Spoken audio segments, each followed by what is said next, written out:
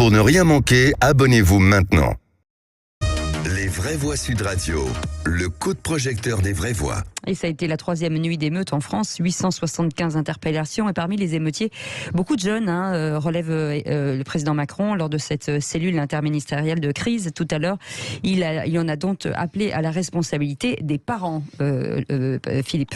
Oui, absolument. Alors, est-ce que pour vous, les parents sont responsables quand ils laissent leurs enfants dehors à pas d'heure du jour, de la nuit, du week-end? Le sont-ils encore plus lorsqu'ils se fichent royalement, ça existe, de leurs actes quand ils deviennent délinquants? On va les chercher au commissariat de police, mais on ne leur dit rien, pas de sanction. Est-ce qu'il faut les taper au portefeuille, comme certains l'ont proposé, notamment en retirant des allocations sociales? Ou encore, comme le demandait Ségolène Royal, faut-il mettre un encadrement militaire pour les délinquants multirécidivistes? Dans tous les cas de figure, venez témoigner au 0826 300 300. Et on écoute ce qu'a dit le chef de l'État. Un tiers des interpellés de la dernière nuit sont des jeunes, parfois des très jeunes. C'est la responsabilité des parents de les garder au domicile. Et donc il est important pour la quiétude de tous que la responsabilité parentale puisse pleinement s'exercer, et j'en appelle au sens de la responsabilité des mères et des pères de famille. La République n'a pas vocation à se substituer à eux. Et pour en parler, Bruno Bartocchetti qui est avec nous, secrétaire national d'unité SGP Force ouvrière pour la région Sud. Bonsoir, merci d'être avec nous. Et dans quelques instants, Bruno Promar sera avec nous, président du think tank Initiative Sécurité Intérieure et fondateur du Raid Aventure. Philippe Bilger, forcément cette responsabilité des parents aujourd'hui, mise au banc, ça fait longtemps qu'on en parle encore de ça.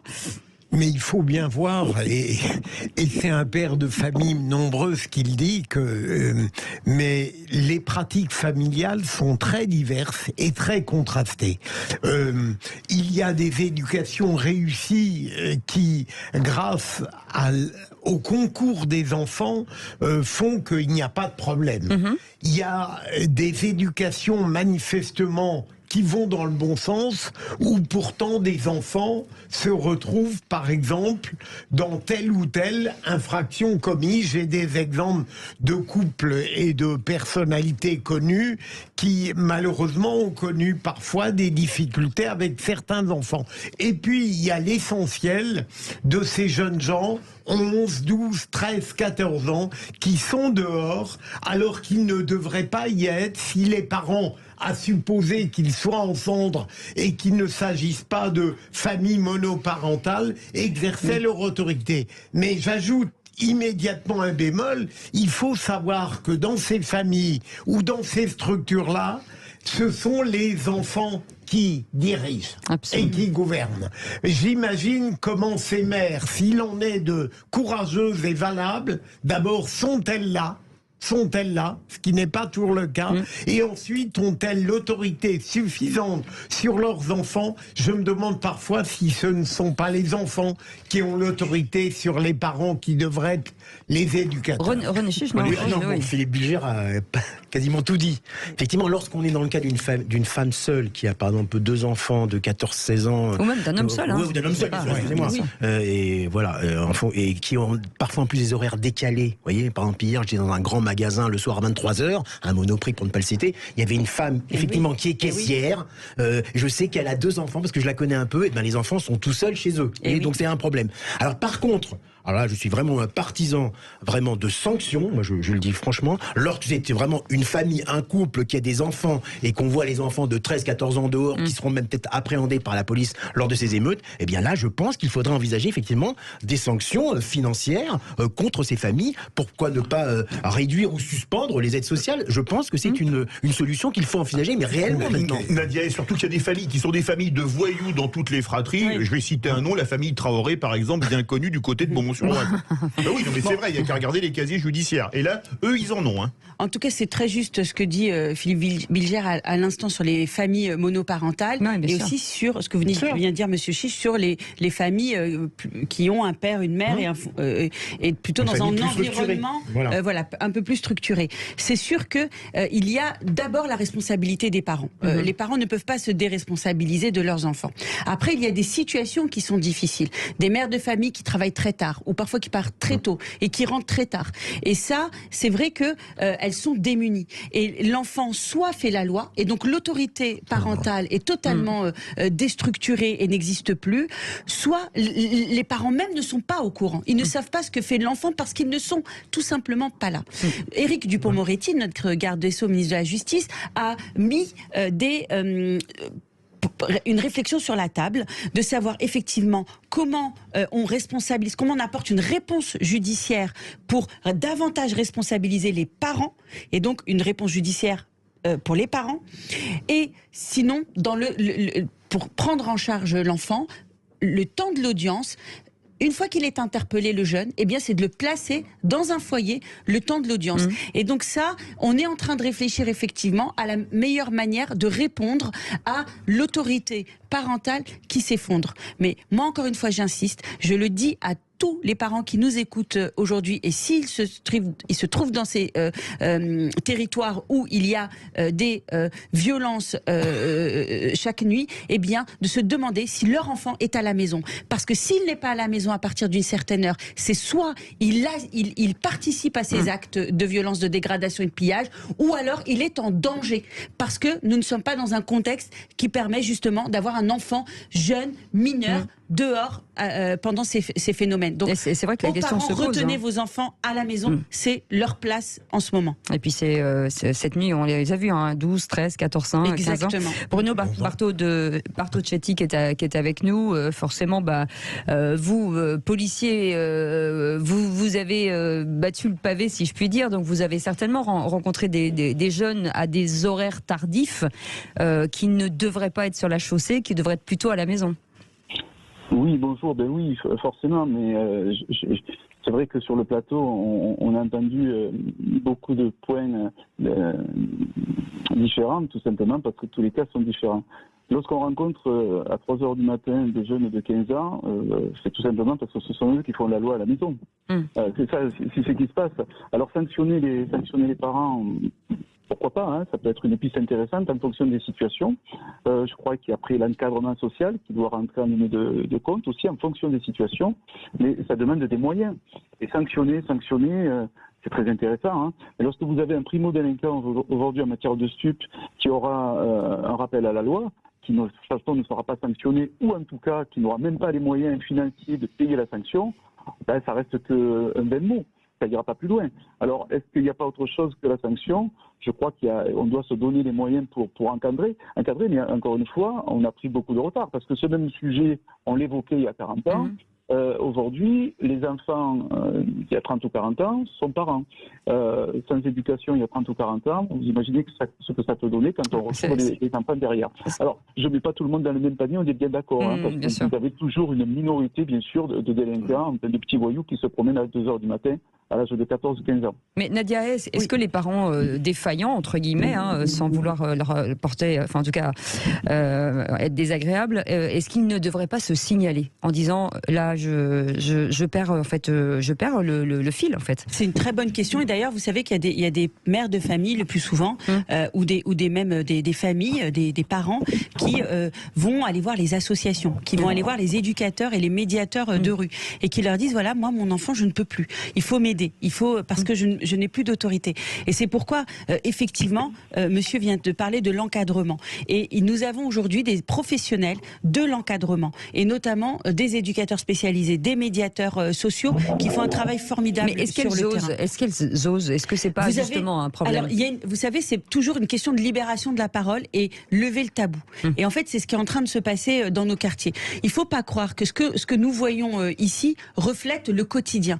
Il y a beaucoup d'initiatives, beaucoup de belles idées qui ont fait leurs preuves et qui sont en train d'être mises en place. Nous avons ouvert notamment à Marseille, il était question de Marseille tout à l'heure, dans le quartier du Plan d'Aou, autant dire le quartier nord avec tous les problèmes que l'on peut imaginer.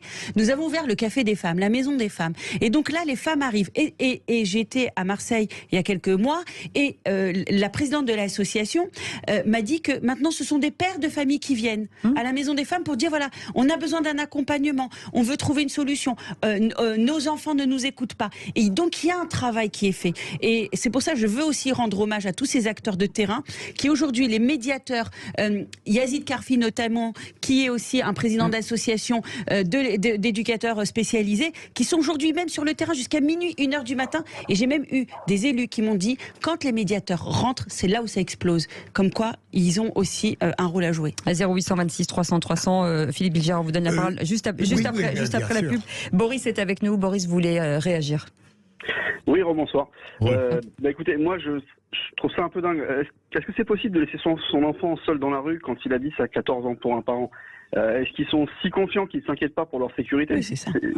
C'est quoi pour eux un gosse? C'est un coloc qui vit avec eux puis qui fait un peu ce qu'il veut. Enfin, quand on voit l'effondrement du respect des adultes, ce qu'ils ont vis-à-vis des enseignants, quand les parents montent au créneau pour monter en épingle des histoires de cours de récré qui s'en prennent aux enseignants, et que au final derrière, ils détruisent toute l'image de notre société, de l'autorité. Vous avez raison, c'est vrai de le dire. Des choses qui doivent être à leur place, quoi. Chacun sa place. Moi, je pense qu'à 18 ans, jusqu'à 18 ans, les parents sont responsables de leurs gamins. Il faut taper fort, il faut taper vite. Les gamins, ils font des bêtises. Les prisons, ils vont purger la peine. Si les deux parents doivent y aller... Au sens figuré, taper fort et taper vite, on est d'accord. Oui, bien sûr. Évidemment. Non, mais au terme de la justice. Mais de les faire purger des peines de prison aux parents. Si les gamins sont pas gardés, ils seront gardés par les services sociaux. Que ça serve de leçon, que ça ait un sens. Il y a un moment, il faut assumer les responsabilités. C'est insensé, quoi. Merci beaucoup, Boris, pour votre témoignage. Juste une dernière chose. Des fois, on me traite de dingue quand je dis qu'il faudrait presque créer un permis pour avoir des gosses. Mais quand on voit le nombre d'irresponsables qui ont des enfants, c'est ce qu'avait dit Émeric Caron dans son livre. Merci en tout cas votre témoignage, Boris. Vous restez avec nous. Vous pouvez bien sûr réagir. L'émission n'est pas finie. On refait une petite pause et on revient dans quelques instants avec la question de Philippe Bilger. Et une dernière ligne droite sur Sud Radio pour les vraies voix. Philippe Bilger avec nous, René Chiche, Nadia Hay, ancienne ministre de la Ville, députée En Marche des Yvelines. Renaissance. Pardon, excusez-moi, Renaissance, pardon. Ouh là là. Où allons-nous? Non, bref. Oh non, moi je suis une députée En Marche aussi. Et on revenait sur cette autorité des parents, puisque beaucoup de jeunes, durant ces émeutes, on parle de 11 ans à 18 ans en majorité, avec ce qu'on certains disent un âge médian de 17 ans de cette autorité. Philippe, quand on entend notre auditeur, par exemple, tout à l'heure, Boris, qui disait faut responsabiliser les parents, il faut, si les parents sont démissionnaires, c'est à eux de payer, peut-être à eux d'aller en prison, voilà. On sent que quand même il y a un énervement par rapport à ce délitement de parents-enfants. Sûrement, Cécile. En même temps, je trouve que il est facile de dire les parents n'ont qu'à être bien. D'abord, il y a des parents dans certains milieux qui ne savent même pas les valeurs qu'ils devraient transmettre. Premier point. Deuxième point, je réponds à René. C'est vrai que la solution pourrait apparaître évidente de sanctionner les familles monoparentales ou non qui ont les moyens et qui n'exercent pas une véritable autorité sur leurs enfants. Mais le problème deviendrait un peu délicat dans la mesure où aucune mauvaise éducation n'est exclusivement responsable des transgressions de l'enfant.